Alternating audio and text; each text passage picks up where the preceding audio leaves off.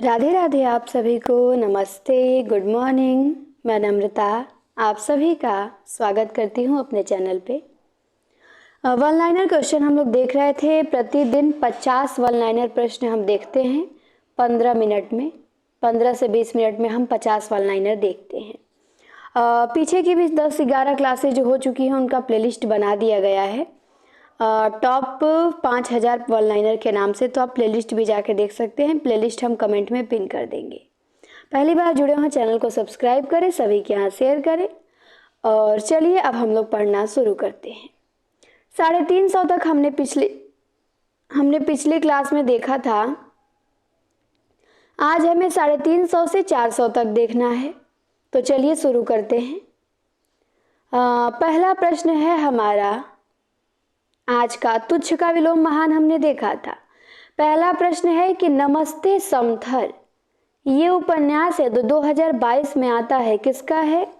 तो मैत्रेयी पुष्पा का। नमस्ते समथर मैत्रेयी पुष्पा। फिर है कि हरि नारायण व्यास का संबंध किस सप्तक से है?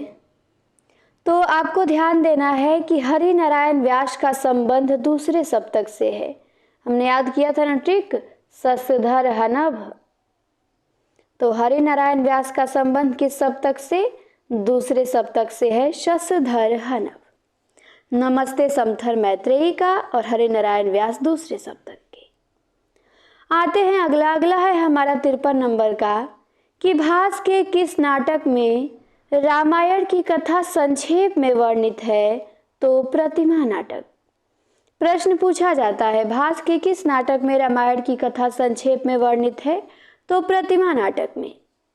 अगला प्रश्न है कि पूरा हिंदुस्तान मिलेगा कविता किसकी है? तो ये कविता है केदारनाथ अग्रवाल की।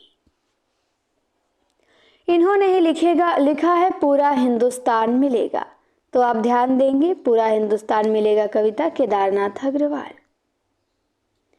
इसके बाद देखिए, इसके बाद क्या दिया है? नायक का संधि विच्छेद क्या होगा? तो नायक का संधि विच्छेद होगा नय प्लस अक। क्या होगा? नय प्लस अक होगा नायक का। अयादि संधि है। फिर है शंखमुखी शिखरों पे काव्य है। शंखमुखी शिखरों पे किसका है? लीलाधर जगूढ़ी का। मिट्टी का चेहरा ये भी काव्य है, तो मिट्टी का चेहरा किसका काव्य है? राजेश जोशी का। घबराए हुए शब्द भी काव्य है, तो ये किसका है? लीलाधर जगूढ़ी का। घबराए हुए शब्द लिखा है लीलाधर जगूढ़ी ने। मिट्टी का चेहरा राजेश जोशी का। शंखमुखी शिखरों पे ये भी जगूढ़ी का है। इसके बाद पूछा गया है कि हरिवंश राय बच्चन की प्रथम पत्नी का नाम क्या था? तो हरिवंश राय बच्चन की प्रथम पत्नी का नाम था श्यामा देवी। फिर है चांदनी की वर्तनी किसका काव्य है?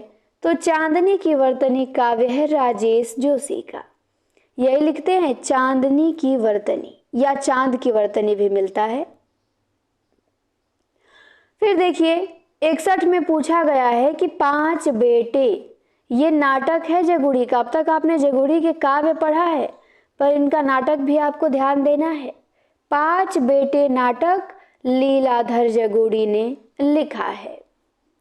फिर है 62 में कि चकल्लस पत्रिका के संपादक कौन है?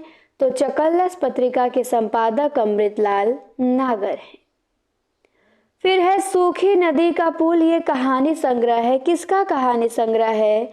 तो रामधारी सिंह दिवाकर का। तो सूखी नदी का पुल कहानी संग्रह रामधारी सिंह दिवाकर। फिर है जेबों में डर, ये काव्य है। किसका काव्य है जेबों में डर? तो ये अश्वघोष का है। आपको ध्यान देना है, अच्छी रचना है जेबों में डर, अश्वघोष का।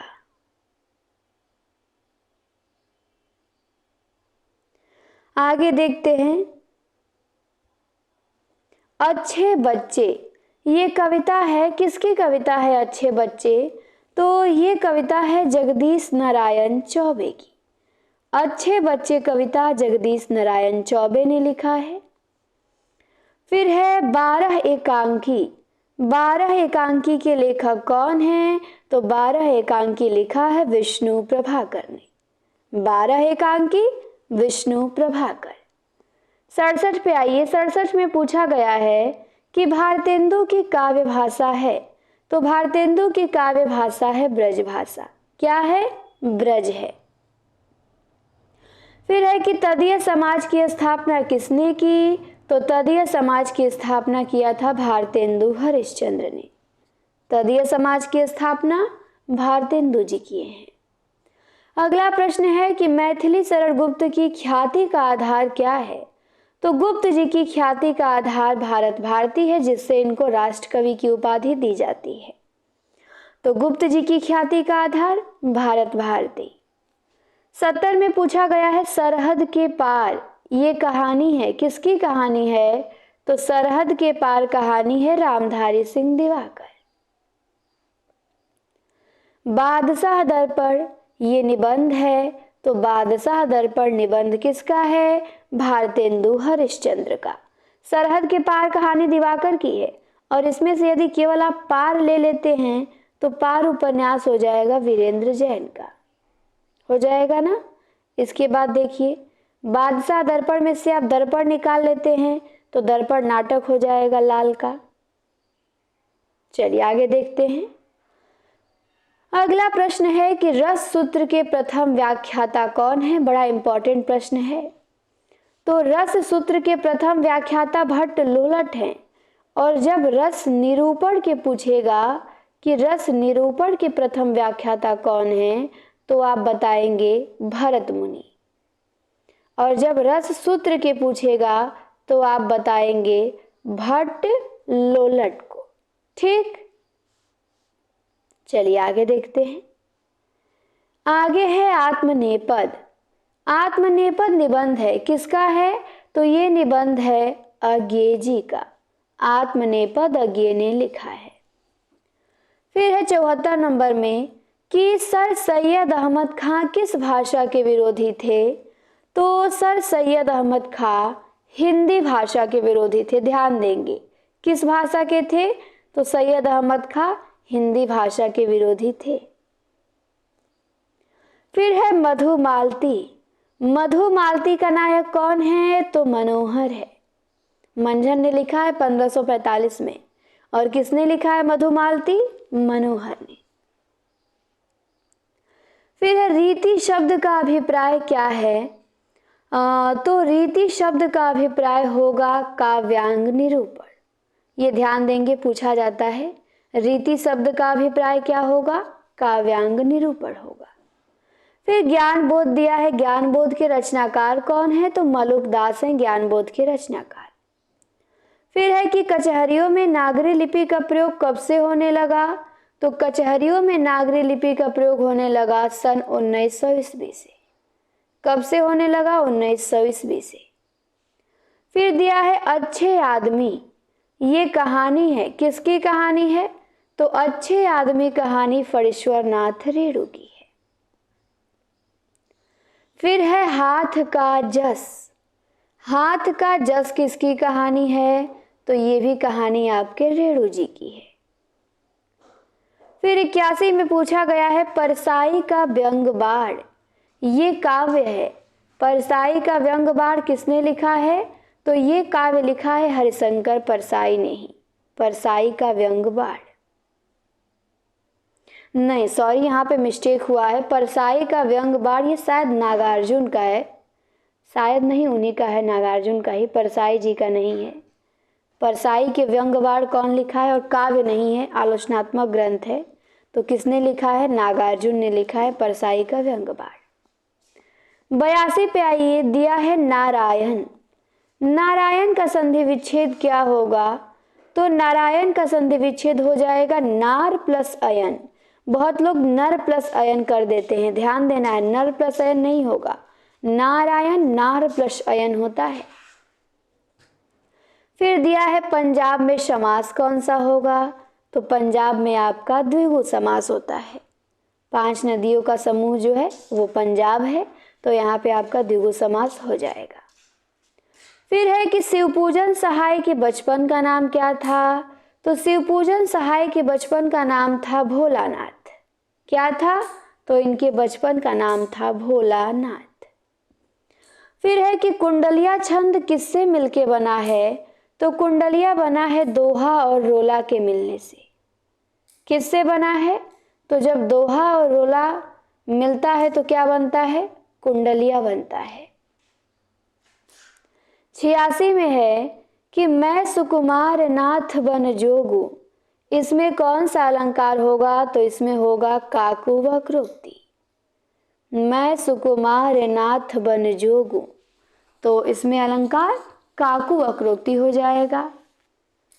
फिर है 87 में कि हितोपदेश का जर्मन भाषा में अनुवाद किसने किया? तो हितोपदेश का जर्मन भाषा में अनुवाद किया था मैक्स मूलर ने। चंपारण में महात्मा गांधी जीवनी के लेखक कौन है? तो चंपारण में महात्मा गांधी जीवनी लिखा है राजेंद्र प्रसाद ने। इन्होंने लिखा है चंपारण में महात्मा गांधी। फिर है पत्थर का लैंप पोस्ट। ये साक्षात्कार है, शायद कल क्लास में भी आया था ये। तो पत्थर का लैंप पोस्ट साक्षात्कार किसका है? शरद देवड़ा का। 90 नंबर का प्रश्न है कि इलाचंद्र जोशी को उपन्यासकार के रूप में प्रतिष्ठा किस उपन्यास से मिली? तो सन्यासी से मिली। ध्यान देंगे, इलाचंद्र जोशी को उपन्यासकार के रूप में प्रतिष्ठा किस उपन्यास से मिली? तो इनके उपन्यास सन्यासी से। 91 में एक बहुत इंपॉर्टेंट कथन है, बहुत अच्छा। किसका है? कि भक्ति का जो तात्पर्य है वो लक्षणा व्यापार से है। कौन कहता है? अभिनव गुप्त कहते हैं कि भक्ति का तात्पर्य लक्षणा व्यापार से है। फिर है बात अभी खत्म नहीं हुई। ये कहानी है, किसकी कहानी है? तो लता शर्मा की है। बात अभी खत्म नहीं हुई कहानी लता शर्मा। फिर है साहित्य सीकर। साहित्य सीकर किसका निबंध है? तो ये निबंध है महावीर प्रसाद द्विवेदी का। ध्यान देंगे, साहित्य सहचर पूछेगा तो किसका होगा? साहित्य सहचर हो जाएगा हजारी का, और साहित्य सीकर महावीर प्रसाद द्विवेदी का। फिर है प्रश्न हमारा कि भिक्षु जगदीश कश्यप के अनुसार पाली का संबंध किससे है? तो जगदीश कश्यप के अनुसार पाली का संबंध है पर्याय से। किससे? तो पर्याय, पलियाय, पालियाय, पाली। तो पाली शब्द की उत्पत्ति जगदीश कश्यप पर्याय से मानते हैं। 95 में देखते हैं क्या दिया है। 95 में पूछा गया है कि डॉक्टर बुलर ने पृथ्वीराज रासो को क्या माना है? तो डॉक्टर बुलर पृथ्वीराज रासो को अप्रामाणिक मानते हैं। क्या मानते हैं? अप्रामाणिक। फिर एक कथन है, किसका कथन है? पूछा गया है आपसे। तुलसी के बारे में किसी ने कहा है कि तुलसीदास को जो अभूतपूर्व सफलता मिली उसका कारण यह था कि वे समन्वय की विशाल बुद्धि लेके उत्पन्न हुए थे। तो ऐसा कथन कौन कहता है?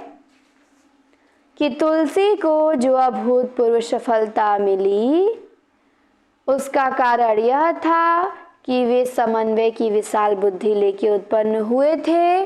तो ये कथन है हजारी प्रसाद द्विवेदी जी का।